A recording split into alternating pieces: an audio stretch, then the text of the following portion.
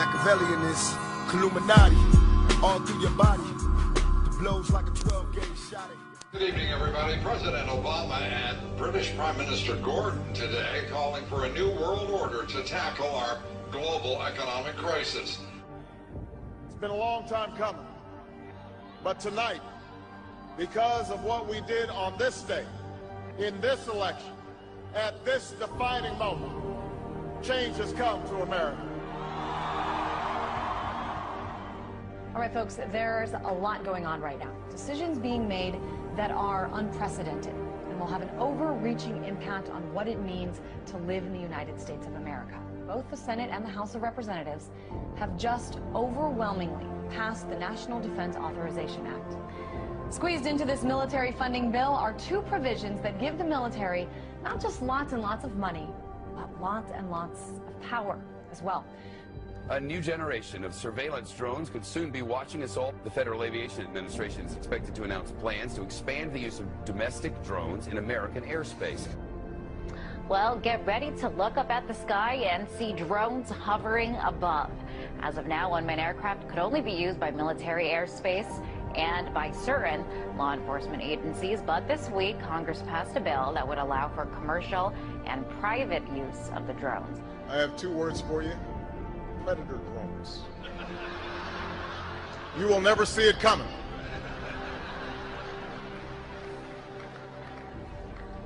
You think I'm joking? For shopping and dining over Thanksgiving and maybe watching some football games, big government Republicans and Democrats were busy shredding the last vestiges of the Constitution.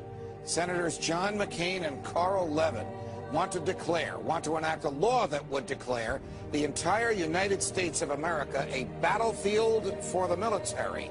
They're talking about inserting the Army into domestic law enforcement. Senator Lindsey Graham, who supports this bill, says, quote, "The homeland is part of the battlefield, and people can be held without trial, whether an American citizen or not." The Department of Homeland Security buying ammunition, now looking to purchase another 21 million rounds of ammunition.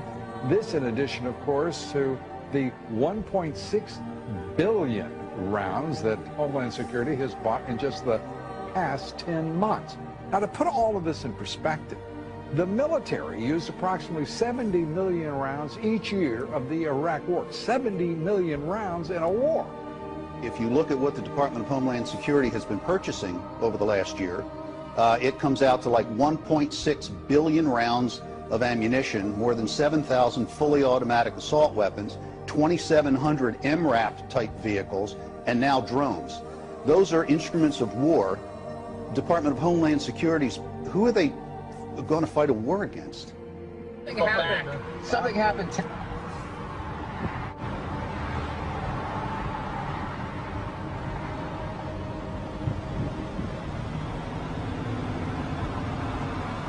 Robert Whitaker, the Tactical Supervisor for El Paso SRT for Homeland Security Investigations.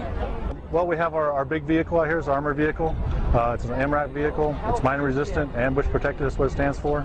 That's what we use to deliver our team to high-risk warrant services. The affirmative task we have now is to actually create a new world order. Important breaking news out of Boston: a pair of bombings rocked the finish line at the historic Boston Marathon. It was never meant that we would have this gigantic police force from the federal government. I mean, we had martial law up there. FBI and all these agents coming in and closing things down, going to people's houses. Do we close down cities because there's 10 murders over the weekend in Chicago? We don't do that. But here we close down a whole city, not even allowed to go to a baseball game. I mean, I think it's very, very scary when I look at some of those pictures. The military likes to perform war games, so that's why we're seeing military on the streets practicing. They are actually practicing. The tanks that we see on the streets and the National Guard patrolling neighborhoods and the practices that they're doing with our local police department, this is all in preparation for martial law, so that when they do actually lock down the country, they've got everything secured. But I think what we're starting to see, for anybody who is objective at all, is we're seeing a totalitarian system now unveil itself. And ever since essentially 9/11 happened, it's been more and more of these draconian measures that are leading us right down the road to martial law. Particularly to hear President Obama claim the power to keep people in prison indefinitely with no charges against them, no conviction, no sentence, just imprisonment. It's particularly stunning to hear him make that claim in the middle of a speech that was all about the rule of law. This last week, the U.S. Congress passed a bill which repeals classic comitatus, which means that we have now institutionalized and codified martial law. Right now, the battle against terrorism involves all of us. Everybody in this country is a potential terrorist.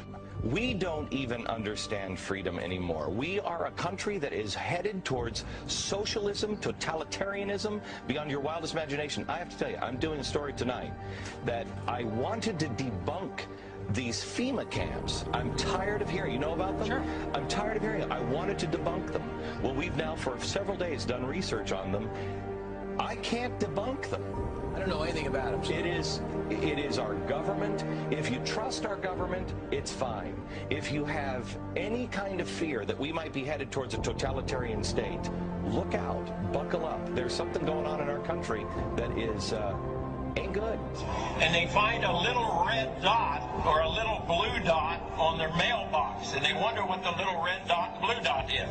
Well, it's marking your mailbox by the government, so when foreign troops come in here on us after martial law, but if you have a blue dot, they take you to the FEMA camps being built by Halliburton right now to house 50 million Americans. They're building enough concentration camps in America by Halliburton. So I'm going to tell all of you, if you have not bought ammunition, if you have not bought guns, go get them now. Go get them now, because you won't be able to get them much longer. Change has come to America. Practice Christianity and you could be court-martialed. That could be the new law of the land for our armed forces, thanks to a proposal by a religious tolerance group that claims Christian evangelists are predators. Is a war on religious liberty within the military, and that the Christianity of service members is now coming under attack by the Obama administration. The company has now implanted 2 workers with microchips to monitor their movements, causing some to charge invasion of privacy. The company says it's merely a layer of security beyond key cards and clearance codes. If I don't get one of those soon. Well, joining me now is Lance Ulanoff, editor-in-chief of PC Magazine. Lance, this sounds like some freaky science fiction book. Tell us what this is about. These 2 workers have microchips? Right. Well, this is very, very real, and these microchips are about the size of a grain of rice. They get injected into your skin. Futuristic film. Humans injected with a tiny chip holding the key to all of their private information. But as you're about to see in our CBS 46 investigation, it's not fiction. In fact, it's being marketed in Georgia as life-saving technology. Life-saving technology. We have a Florida family who are really pioneers in a brave new world. They have volunteered to be the first ever to have microchip identification devices implanted into their body. It is the first implantable microchip for humans that has multiple security, financial, and healthcare applications. One thing I would just suggest, I'm just an outside soon-to-be investor. I love this idea, by the way, Scott. I think it's... The Northside Independent School District in San Antonio has put tracking chips in the ID badges for more than 4,000 high school students. Well, it looks and sounds like something out of the future, but a new palm scanning device will help Bossier Parish schools keep better track of what children are eating there. The electronic device will be implemented in all Bossier Parish schools. Now we're seeing a complete totalitarian takeover of the United States of America. And we've been talking about this for years now. This is the police state. This is the police state. This is what a total breakdown of our society looks like. But we're seeing all of this intensify. This is all intensifying around the Second Amendment. Should we be able to own guns or not? Let's take guns away from the people. These are very big, very hardcore issues. No matter what your purpose is, you must leave. If you do not disperse, you may be arrested and or subject to other police action. The use of riot control agents and or less lethal munitions, which could cause risk of injury to those who...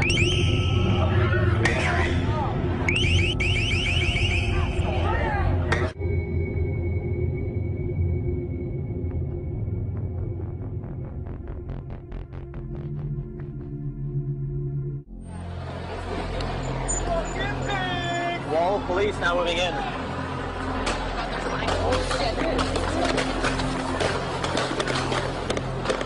American, every person on United States soil or international soil can be deemed as a terrorist. They have really any reason to want to detain you. They don't need to acknowledge your Fourth Amendment rights. It's what supported things like the Patriot Act and now the NDAA and the ever-encroaching police state. By order of the City of Pittsburgh Chief Police, I hereby declare this to be an unlawful assembly. I order all those assembled